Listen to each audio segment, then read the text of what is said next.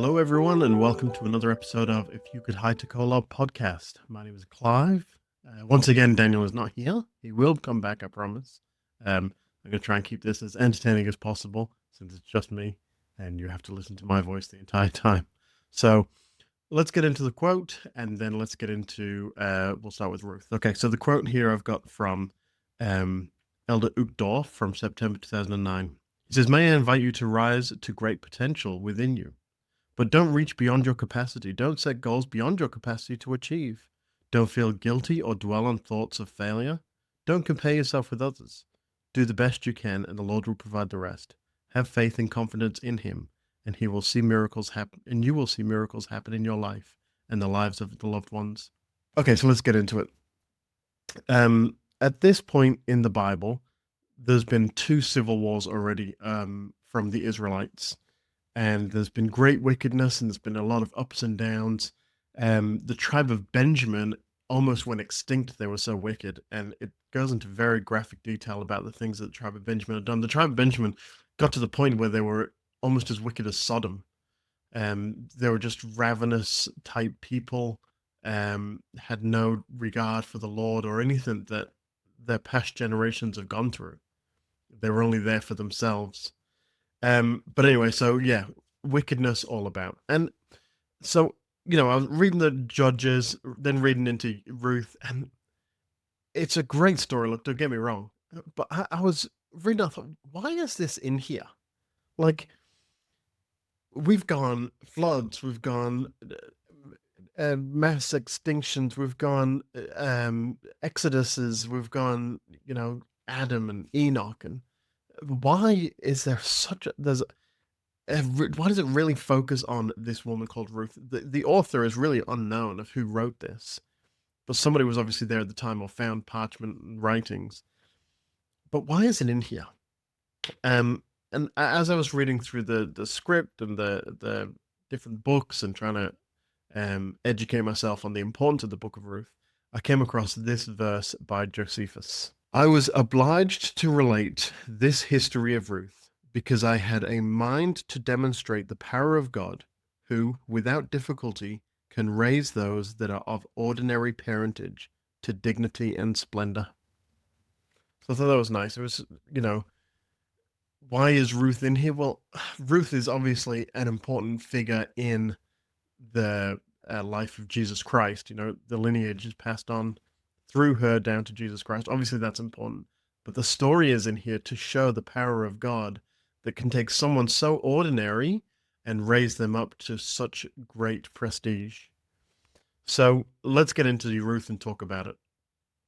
So the story here starts off about a man named Elimelech. That's obviously the right way of saying it. Elimelech and his wife Naomi. Now they have two sons.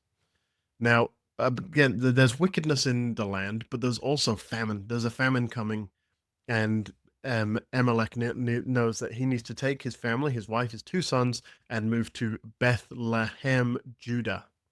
Sorry, move from Bethlehem, Judah. It's hyphenated. That's why I said it like that. Beth hyphen Lehem hyphen Judah.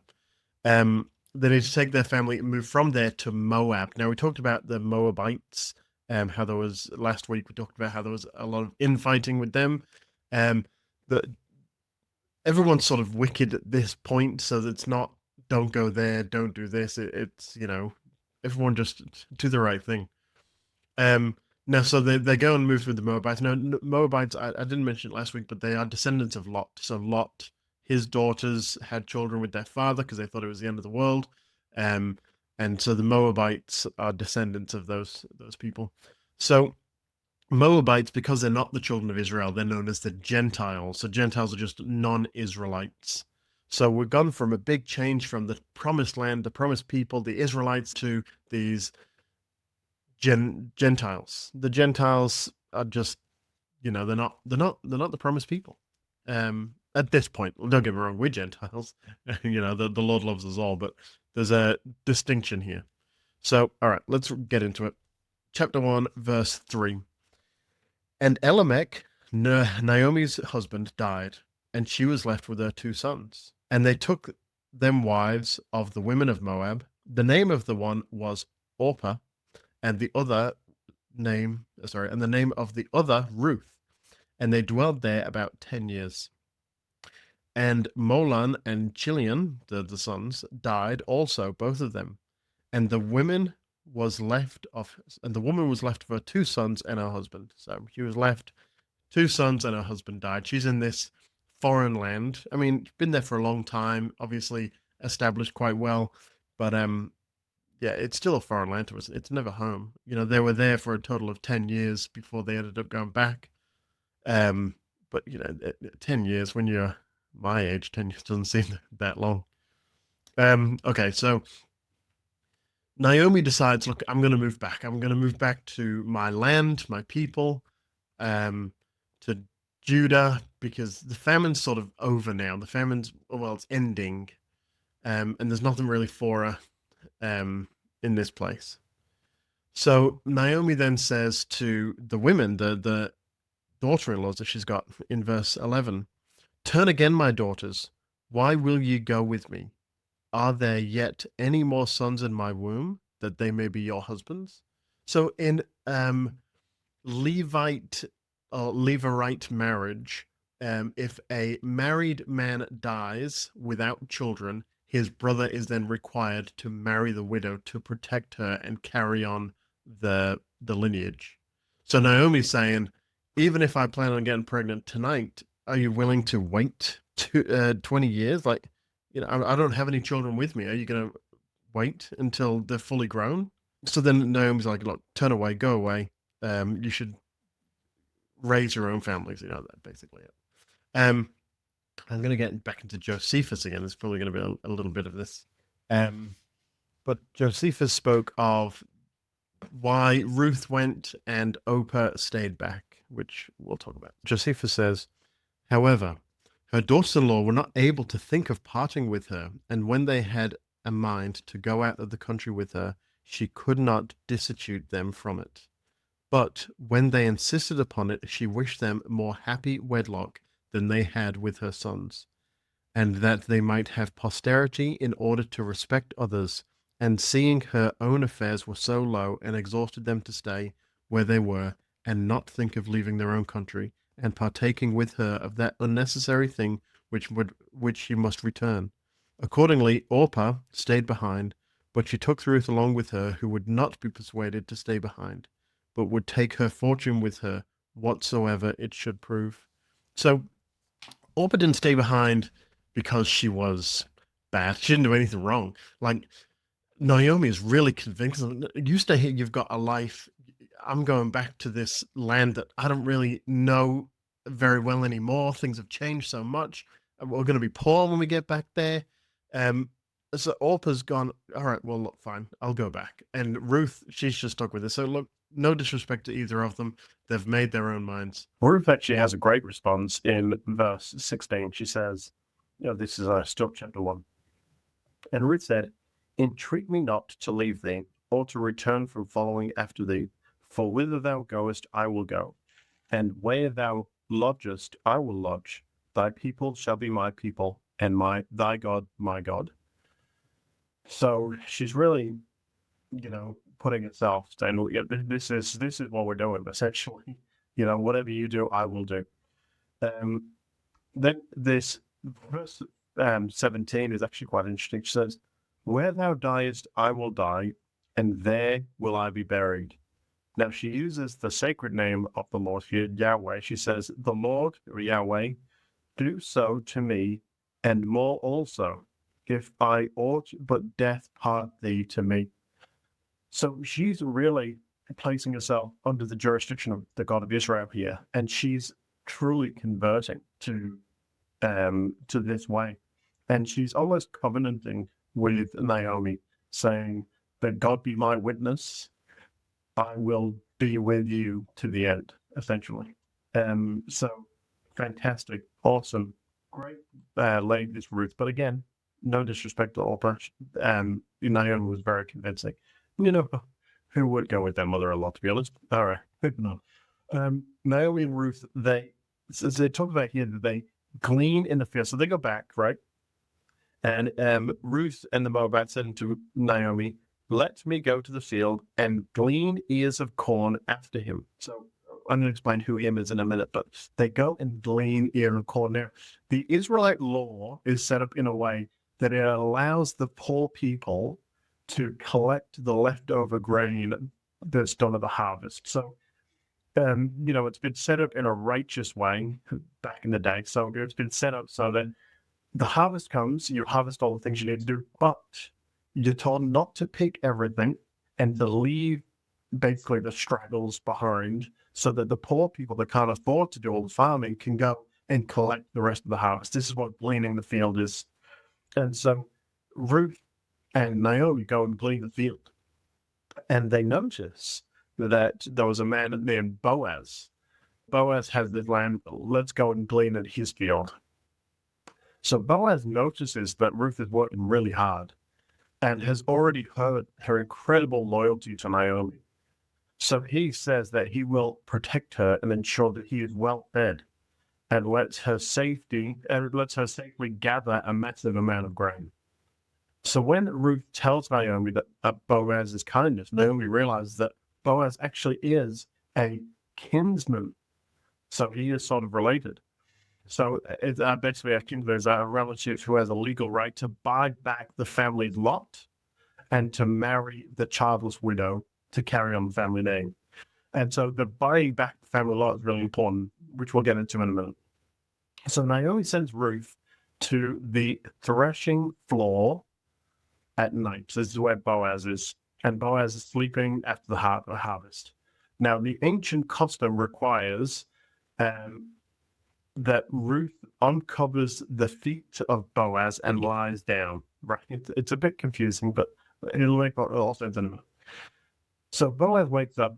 Ruth is there, and she asks him to spread his cloak, or what in the Bible it says skirt, spread his cloak over her, which is a symbolic request for him to act as the husband. Right? So Boaz agrees, but says that there's an issue, right? That there's another male relative who is closer kinsman than he is. But Boaz promises to resolve this in a legal way first thing in the morning. Now, in a legal way, because they're slowly coming out of this wickedness, these Israelites, and we don't need any more fighting. If we're going to do this, let's do it properly, basically, what Boaz says. So then we're going to jump here to chapter 4. So Boaz confronts his closer relative, right? This is actually really interesting. If you haven't found it interesting yet so far. And look, everyone reads Ruth, and I feel like everyone gets something different out of it. I'm just trying to get you the story so you understand the story. So as you're reading it, whatever you get out of it, the story makes a lot of sense. But there's a lot of really interesting stuff in Ruth that you can understand. So, but anyway, back to the story. So Boaz goes to this man who is a closer kinsman than he is of Ruth. Of Ruth's dead husband. So Boaz first offers the man to buy back Elimelech's land. So this is verse 4. And I thought to advertise thee, saying, buy it before the inhabitants and before the elders of my people. If thou wilt redeem it, redeem it. But if thou wilt not redeem it, then tell me, that I may know. For there is none to redeem it beside thee, for I am after thee. And he said, I will redeem it. So Boaz says, look, go buy this land. It's your inheritance of our dead relative. And I'm next in line. So you go buy it. If you don't buy it, I'll buy it. Because that's the next stage, right? But there's something else too. Verse 5, then Boaz says, what day thou buyest the field of the hand of Naomi, thou must buy it also of Ruth the Moabitess, the wife of the dead, to raise up the name of the dead upon his inheritance. So if you're going to buy this, it is now then your obligation to marry Ruth and to continue on our lineage's line through that way, as the law states.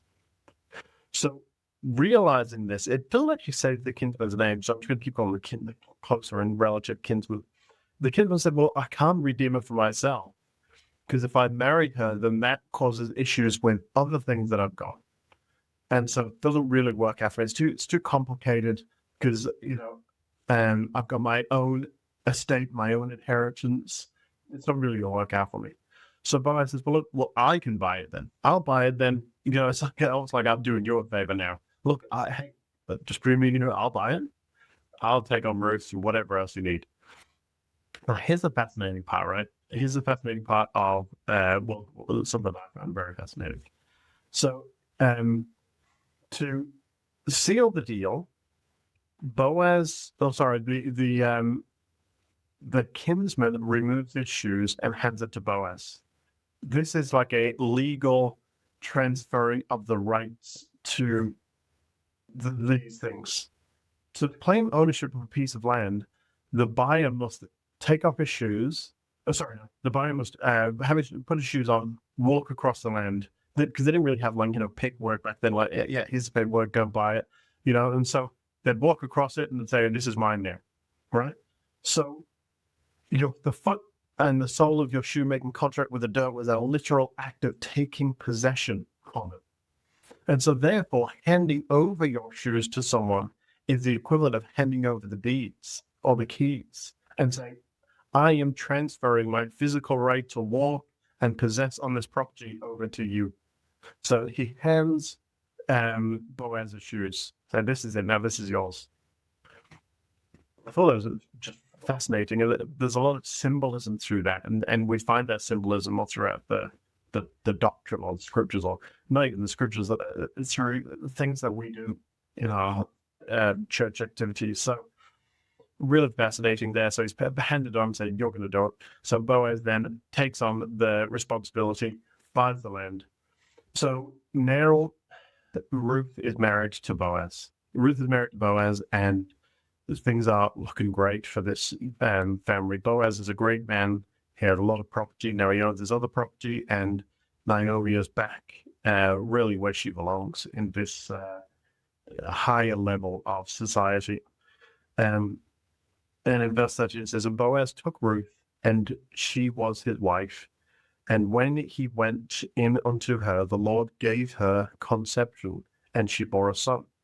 And the woman said unto Naomi, Blessed be the Lord, which hath not left thee this day without a kinsman, that his name may be famous in Israel. And he shall be unto thee a restorer of life, and a nourisher of thine old age. For thy daughter-in-law, which loveth thee, which is better to thee than 7 sons, hath borne him." So just a fantastic ending to what was an incredible story. So in 17 it says, or in the halfway through, "There is a son born to Naomi, and they shall call his name Obed. He is the father of Jesse, the father of David." So again, I'm going to read this from Josephus, where it says, "I was obliged to relate this story of Ruth because I had a mind to demonstrate the power of God, who without difficulty can raise those who are of ordinary privilege to dignity and splendor." And then it says, "To which he advanced David." David, obviously, Jesse, as I read, is the father of David, and we know that Christ is through that lineage. So if it wasn't for the dedication of Ruth to Naomi, then things wouldn't have panned out the way they did. And we know that everything the Lord ordained in a way. So yes, it starts off tragic, this story, but it ends in such a high note that through small things, great things come about. Okay, so now we're going to jump into Samuel. Samuel chapter 1 all the way through to chapter 7. So there's actually a lot of reading this week. 11 chapters. So the book opens with Elkanah. Good. Now he has 2 wives, Hannah, easy to pronounce, and Peninnah, of course. Now Peninnah had children, but Hannah had no children. And in verse 6 it says, "And her adversary," so this is Hannah's adversary, was Peninnah. So Peninnah and Hannah didn't seem to get along very well. And her adversary also provoked her sore, for to make her fret, because the Lord had shut up her womb. So Peninnah seemed quite mean to to Hannah because she couldn't have children. Josephus actually says that because she saw her husband loved Hannah more than herself, this is why she was so against Hannah. Not, I don't know if she really hated Hannah, but she just saw that out of the two wives, there was a bit of jealousy there, and Peninnah saw that, the husband loved Hannah more. So this is why she really, I've got something against her. I have children, she doesn't have children, sort of thing. So in verse 11 here, it says that Hannah prayed for a son. Says, and she vowed a vow and said, O Lord of hosts, if thou wilt indeed look on the affliction of thine handmaid and remember me, and not forget thine handmaid, but wilt give unto thine handmaid a man-child, and I will give unto him the Lord of all the days of his life, and there shall be no razor come upon his head. So, a few things there. So she's prayed for the Lord and asked for a son. She said, if you give me a son, I will promise to put him in dedication to the Lord. And now, if you remember from last week, which says no razor will come to his head, that he will become a Nazarite. Again, it's a bit more like a monk, like, I'm going to dedicate my life to you. So no razor will come to his head and all the other things that are associated with it. So then in verse 20, wherefore it came to pass when the time was come about after Hannah had conceived, she had borne a son and called his name Samuel, saying, because I have asked him of the Lord. So the Lord blessed him, and she was able to have a child. Now, Elkanah, I don't know how I was saying it before. He goes to the tabernacle on a yearly basis. He goes and gives praises to the Lord and sacrifices. And he said to Hannah, let's go to the Lord and offer sacrifices. And she said, I would go to wean my son first. Then once he's weaned, then I will take him to the tabernacle and offer him to the Lord, as in, that you'll be the Lord's service, not that they're going to sacrifice him. 27:28. For this child I prayed, and the Lord hath given me my petition which I asked of him. Therefore also I have lent him to the Lord. As long as he liveth, he shall be lent to the Lord, and he worshipped the Lord there. So, yeah, Hannah got what she asked for, and she did what she told the Lord she would do. She offered him to the Lord as she offered him to the Lord that she would do the Lord's service. I don't think she really thought he is going to be the chosen Lord, the prophet. Okay, so now in chapter 2, we get here this song of praise by Hannah. She's obviously stoked about everything that Samuel's doing, everything the Lord has blessed her with. And so she sings praises to the Lord and is just forever grateful for the things that the Lord has blessed her with. Now, Samuel, he's a great kid. He grows up to be very strong in the church. Now, he lives with a man named Eli. Now, Eli is the high priest that takes care of the tabernacle. So all the religious duties that Eli does, he teaches Samuel, and then Samuel is just grows up to be a strong man. Now, in verse 21 here, tells us what happens with Hannah. And the Lord visited Hannah so that she conceived and bore 3 sons and 2 daughters. And the child Samuel grew before the Lord. So obviously Hannah is blessed to have many children because of this. And Samuel has continued to be blessed of the Lord. Now, if we look at Eli, high priest, and obviously a very great man, but he has 2 sons that just aren't good people. I'm going to read what Josephus says about these 2 sons. He says, Eli the high priest had 2 sons, Ophni and Phinehas. The sons of Eli were guilty of injustice towards men and of impiety towards God, and abstained from no sort of wickedness. Some of their gifts they carried off as belonging to the honorable employment they had. So they stole from the employment they were in. Others of them they took away from violence. They also were guilty of impurity with the women that came to worship God at the tabernacle, obliging some to submit to their lust by force and enticing others with bribes.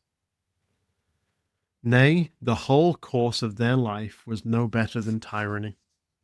So you've got this great man, Eli, who is really lucky to have Samuel because he's just such a religious beast. But then his sons have no care in the world. The things that they're supposed to take care of, they steal or they take with from violence. They force these women to do these impure things. It's it's really like it's got to be difficult for Eli to see, and this is nothing different to what happens in today's world. We try and be the best parents or the best people we can be, and our family can go one way or the other. It's really a difficult situation. Now, the Lord warns Eli about his sons. In verse 25, it says, "If a man sin against another, the judge shall judge him." So, pretty straightforward. In a simple term, if a man judges again, then we got the people here. But if the man sin against the Lord, who shall entreat of him? Notwithstanding, they hearken not unto the voice of their father, because the Lord would slay them. So they're not just doing bad things to each other and judging for man, but they're doing these sins that the Lord will judge them from. Eli really has to pay attention here and focus on bringing his sons back. Now, this is the Lord's warning to Eli that, you need to do these things. And we're going to get into more about the sons in a minute. Let's go back to Samuel. So chapter 3, Samuel, he's sleeping. He goes to sleep and he keeps hearing someone calling him. And he goes to Eli and Eli says, it's not him. And he goes back and then he hears another calling and he goes to Eli 3 times now. And Eli says this to him in verse 9 and 10 of chapter 3. Therefore Eli said unto Samuel, Go lie down, and it shall be, if he call thee, thou shalt say, Speak, Lord, for thy servant heareth. So Samuel went and lay down in his place. Eli knows that the Lord is speaking to Samuel, but Samuel still doesn't quite understand it because he's young. But the Lord is speaking to him, and he says in verse 10, And the Lord came and stood, and called at other times, Samuel, Samuel. Then Samuel answered, Speak, for thy servant heareth. So now the Lord's speaking directly with Samuel. Just an interesting thing there. It makes me think of the Book of Mormon when the people are making noise and the Lord's speaking down and they don't hear him. They hear noise, but they don't understand what he's saying. It's. I think it's not that he's not ready to hear the Lord, but it's more that it's a surprise. It's coming to him. Like he's got his duties. In no way that he's thinking, I'm going to be called as the next prophet. That's not on his mind. But to be called by the Lord and sort of like, is that, who is that? Who is that speaking? No way the Lord will speak to me directly. And so the Lord says to Samuel that you are my chosen prophet. Not only are you my chosen prophet, but I will make sure that everyone knows about it. In verse 20, and Israel from Dan even to Beersheba know that Samuel was established to be a prophet of the Lord. So now Samuel has this great calling, and Samuel turns out to be an absolute incredible prophet. But we're going to go back now. We're going to go talk about Eli, verse 13 and 14. For I have told him that I will judge his house forever in the iniquity which he knoweth, because his sons made themselves vile, and he restrained them not. And therefore I have sworn unto the house of Eli that the iniquity of Eli's house shall not be purged with sacrifice nor offering forever.